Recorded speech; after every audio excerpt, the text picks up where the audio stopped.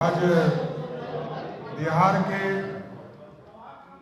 2025-26 के बजट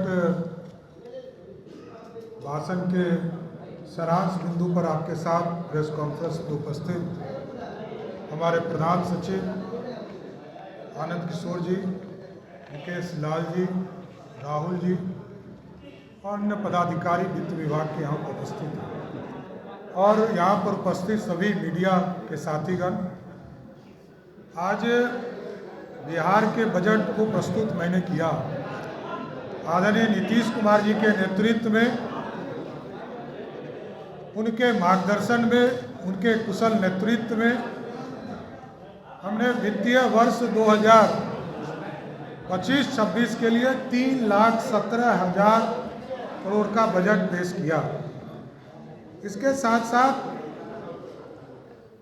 जो पिछले वित्तीय वर्ष का बजट था, उस आकार को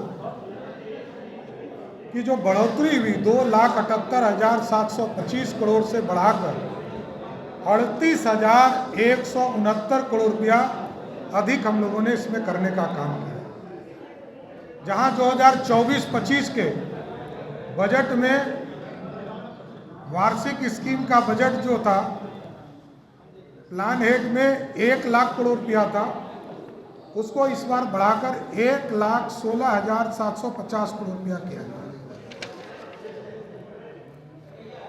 उसी तरह ऋण का अदाई, मैंने जानकारी दिया सदन के अंदर भी कि ऋण के अदाई के लिए भी 2025-26 में जिसमें 22,819 करोड़ रुपया हम लोगों ने रखा है, अनुमानित किया है, जिसमें से 1,694 करोड़ रुपया केंद्र सरकार के ऋण है और 21,124 करोड़ रुपया आंतरिक ऋणों के से संबंधित है।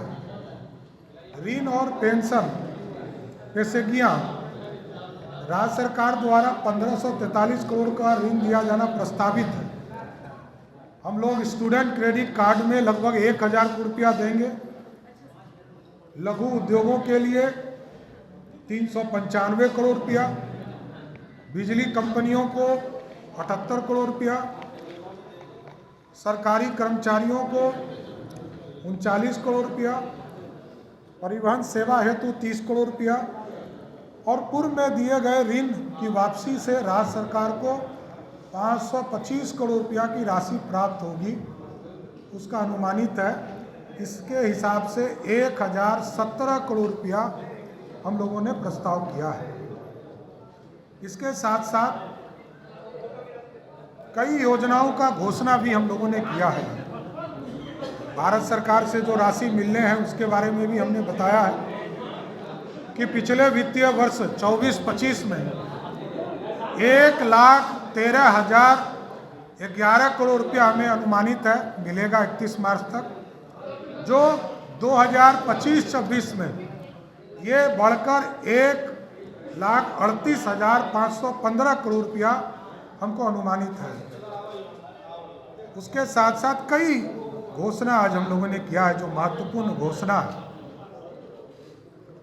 जैसे कृषि के क्षेत्र में जो बाजार समिति है, जिसको 6-7 में आदरणीय मुख्यमंत्री जी ने भंग कर दिया था, फिर बाद में रिवाइव करने का निर्णय हुआ और 21 जगह पर 21 जिले में नाबार्ड से 1,289 करोड़ रुपया ऋण लेकर हम उसका जीर्णोद्धार का काम कर रहे हैं।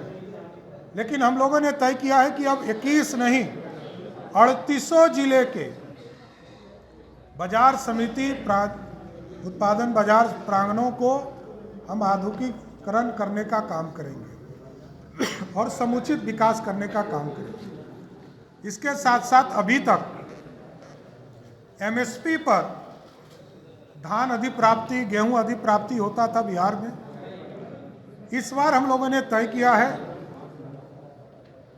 अरहर का दाल, मूंग का दाल, उड़द का दाल, इसको भी एनसीसीएफ के माध्यम से, नेफेड के माध्यम से, कोऑपरेटिव के सहयोग से, पैक्सों के सहयोग से इसका भी एमएसपी के आधार पर हम लोग खरीदारी करने का काम करेंगे। और सभी प्रखंडों में हम कहीं ज़मीन भी उपलब्ध कराएंगे और सभी जगह पर चरणबद्ध तरीके से कोल्ड स्टोरेज का निर्माण कराएंगे, जिससे कि सब्जी और जो हमारे लोकल प्रोडक्ट हैं फूड प्रोसेसिंग से, उसको हम रखने का काम करेंगे। उसी तरह प्राथमिक सब्जी उत्पादन सहकारी समिति, जिस तरह सुधा दूध हमारा बिकता है, उसी तरह हम लोगों ने तय किया है कि तरकारी सुधा आउटलेट खोलने का काम करेंगे सभी प्रखंडों में, सभी अनुमंडल में, और ये सुधा के तर्ज पर होगा। और अभी तक हमारे 302 प्रखंडों में बिहार राज्य सब्जी प्रसंस्करण एवं विपणन फेडरेशन का गठन हुआ है। जो शेष बचे हुए प्रखंड हैं उनको भी इसमें जोड़ने का काम किया जाएगा। चरणबद्ध तरीके से जिस तरह हम प्रत्येक पंचायत में खेल के लिए मैदान बनाने का काम कर रहे हैं, हम लोगों ने तय किया है कि चरणबद्ध तरीके से गरीब कन्याओं के विवाह हेतु राज्य सरकार कन्या विवाह मंडप का निर्माण सभी पंचायतों में, जिससे कि गरीब बच्चों की, गरीब महिलाओं की, गरीब कन्याओं की शादी हम लोग गांव में अपने पंचायत के स्तर पर कराने का काम कर सकें। इसके साथ साथ पटना में महिला हाट की स्थापना की जाएगी। अन्य सभी बड़े शहरों में व्यापार जो हमारा स्थल है, वेंडिंग जोन जो है, वहाँ महिलाओं के लिए स्थल को चिन्हित किया जाएगा और वहाँ सिर्फ महिला ही उस वेंडिंग जोन में व्यापार करने का काम करेगी। उसी के साथ साथ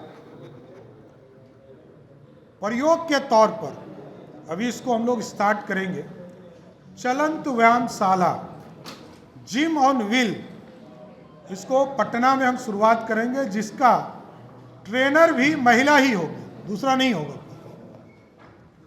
इसके बाद राज्य के सभी शहरों में महिलाओं के लिए पिंक टॉयलेट की स्थापना की जाएगी और प्रथम चरण में 1 महीना के अंदर 20 पिंक टॉयलेट स्थापित किए जाएंगे। राज्य के सभी जिलों में जो बस स्टैंड है, इसका जीर्णोद्धार का काम किया जाएगा और चरणबद्ध तरीके से कई जगह हम लोगों ने अभी काम शुरू किया है, लेकिन सभी जिले के में चरणबद्ध तरीके से बस स्टैंड की स्थापना किया जाए। और कई पॉलिसीज है हमारे, बिहार औद्योगिक निवेश प्रोत्साहन नीति, ये पुराना हो गया है, 2016 में आया था, इसको 2025 का हम लाने का ड्राफ्ट तैयार कर रहे हैं। अस्थायी वैकल्पिक ईंधन के लिए बिहार बायोफ्यूल्स उत्पादन प्रोत्साहन संशोधन नीति 2025 लागू करेंगे। उसी तरह किसानों के आय को वृद्धि करने के लिए बिहार खाद्य प्रसंस्करण नीति 2025 लाएंगे। फार्मास्यूटिकल के क्षेत्र में हमारे पास कोई नीति नहीं था, दवा यहाँ बनाए जा सके, इसके लिए पूरा एक नया पॉलिसी लाकर 2025 हम लागू करेंगे। प्लास्टिक पॉलिसी 2025 लाने का काम करेंगे।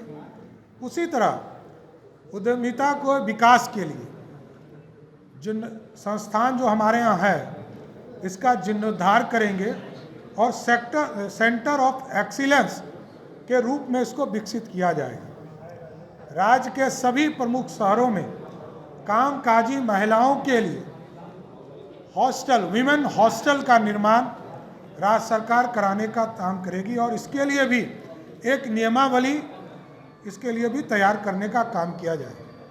हमारा पहचान गुड़ था, हमारे यहाँ गन्ना उद्योग के बढ़ावा के लिए, गुड़ के लिए सेंटर ऑफ एक्सीलेंस की स्थापना पूसा समस्तीपुर में किया जाएगा। इसी तरह जो प्रवासी मजदूर हैं, हमारे श्रमिक हैं, इसके लिए देश के कई स्थानों पर, हैदराबाद, बेंगलोर, मुंबई, दिल्ली एनसीआर, कोलकाता, गुवाहाटी, सूरत, लुधियाना, कोयम्बटूर, चेन्नई में प्रवासी सह निबंधन केंद्र, माइग्रेशन काउंसलिंग कम रजिस्ट्रेशन सेंटर की स्थापना किया जाए।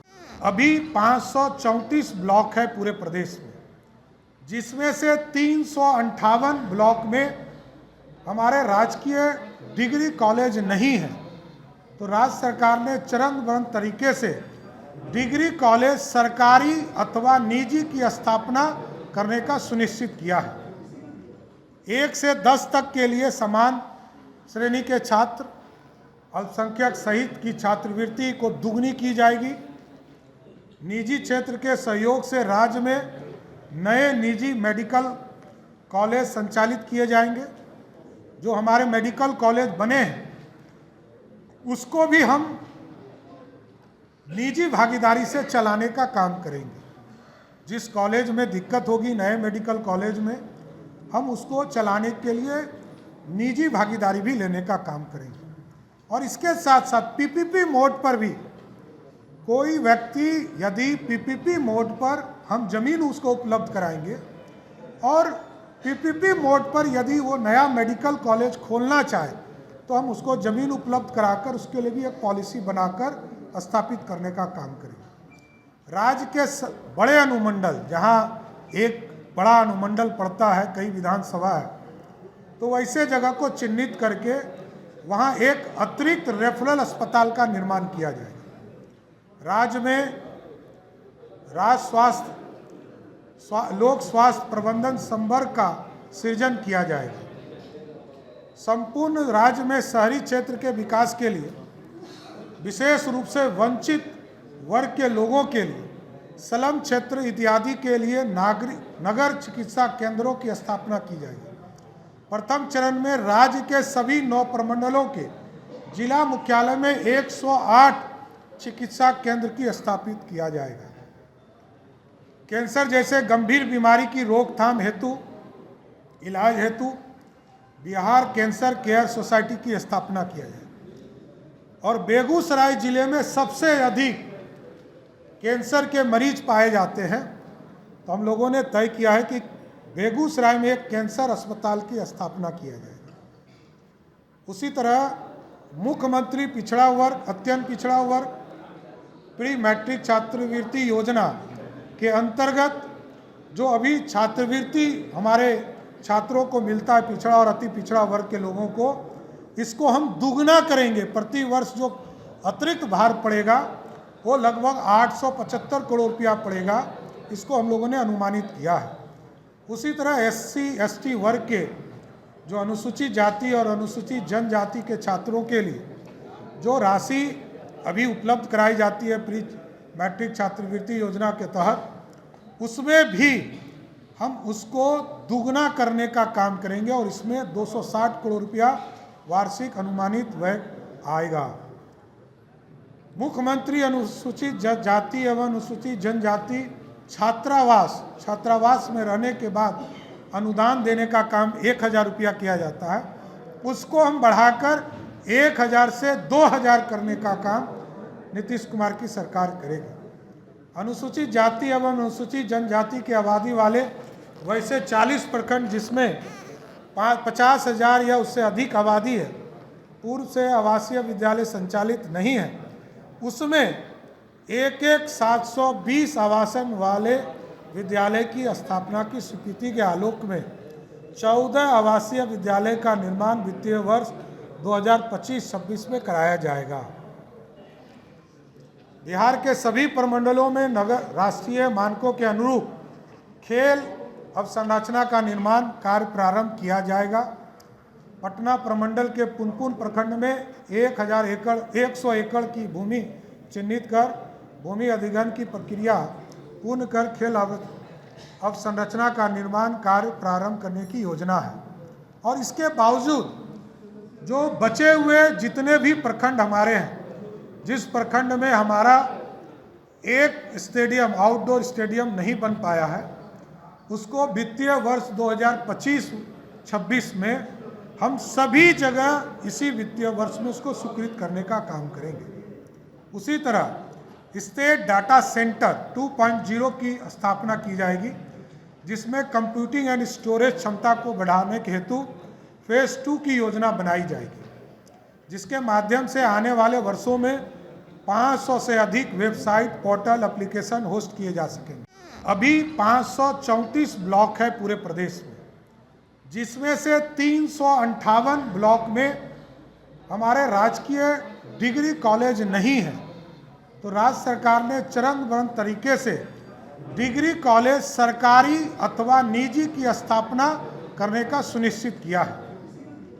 1 से 10 तक के लिए समान श्रेणी के छात्र, अल्पसंख्यक सहित की छात्रवृत्ति को दुगनी की जाएगी।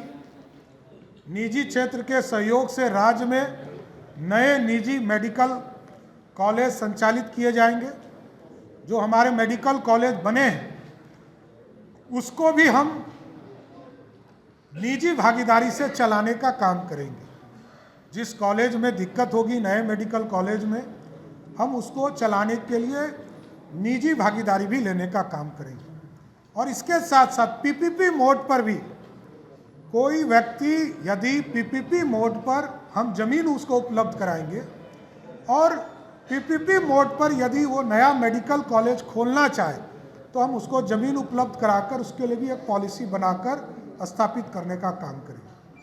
राज्य के बड़े अनुमंडल, जहां एक बड़ा अनुमंडल पड़ता है, कई विधानसभा है, तो वैसे जगह को चिन्हित करके वहां एक अतिरिक्त रेफरल अस्पताल का निर्माण किया जाएगा। राज्य में लोक स्वास्थ्य प्रबंधन संवर्ग का सृजन किया जाएगा। संपूर्ण राज्य में शहरी क्षेत्र के विकास के लिए विशेष रूप से वंचित वर्ग के लोगों के लिए स्लम क्षेत्र इत्यादि के लिए नगर चिकित्सा केंद्रों की स्थापना की जाएगी। प्रथम चरण में राज्य के सभी 9 प्रमंडलों के जिला मुख्यालय में 108 चिकित्सा केंद्र की स्थापित किया जाएगा। कैंसर जैसे गंभीर बीमारी की रोकथाम हेतु इलाज हेतु बिहार कैंसर केयर सोसाइटी की स्थापना किया जाए। और बेगूसराय जिले में सबसे अधिक कैंसर के मरीज पाए जाते हैं, तो हम लोगों ने तय किया है कि बेगूसराय में एक कैंसर अस्पताल की स्थापना किया जाएगा।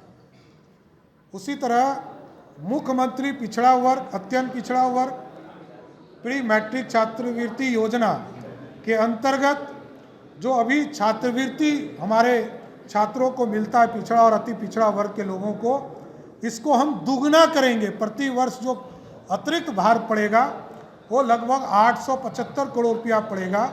इसको हम लोगों ने अनुमानित किया है। उसी तरह एससी एसटी वर्ग के जो अनुसूचित जाति और अनुसूचित जनजाति के छात्रों के लिए जो राशि अभी उपलब्ध कराई जाती है प्री मैट्रिक छात्रवृत्ति योजना के तहत, उसमें भी हम उसको दुगना करने का काम करेंगे और इसमें 260 करोड़ रुपया वार्षिक अनुमानित व्यय आएगा। मुख्यमंत्री अनुसूचित जाति एवं अनुसूचित जनजाति छात्रावास में रहने के बाद अनुदान देने का काम 1000 रुपया किया जाता है, उसको हम बढ़ाकर 1000 से 2000 करने का काम नीतीश कुमार की सरकार करेगी। अनुसूचित जाति एवं अनुसूचित जनजाति की आबादी वाले वैसे 40 प्रखंड जिसमें 50,000 या उससे अधिक आबादी है, पूर्व से आवासीय विद्यालय संचालित नहीं है, उसमें 720 आवासन वाले विद्यालय की स्थापना की स्वीकृति के आलोक में 14 आवासीय विद्यालय का निर्माण वित्तीय वर्ष 2025-26 में कराया जाएगा। बिहार के सभी प्रमंडलों में नगर राष्ट्रीय मानकों के अनुरूप खेल अवसंरचना का निर्माण कार्य प्रारंभ किया जाएगा। पटना प्रमंडल के पुनपुन प्रखंड में 100 एकड़ की भूमि चिन्हित कर भूमि अधिग्रहण की प्रक्रिया पूर्ण कर खेल अवसंरचना का निर्माण कार्य प्रारंभ करने की योजना है। और इसके बावजूद जो बचे हुए जितने भी प्रखंड हमारे हैं, जिस प्रखंड में हमारा एक स्टेडियम आउटडोर स्टेडियम नहीं बन पाया है, उसको वित्तीय वर्ष 2025-26 में हम सभी जगह इसी वित्तीय वर्ष में उसको स्वीकृत करने का काम करेंगे।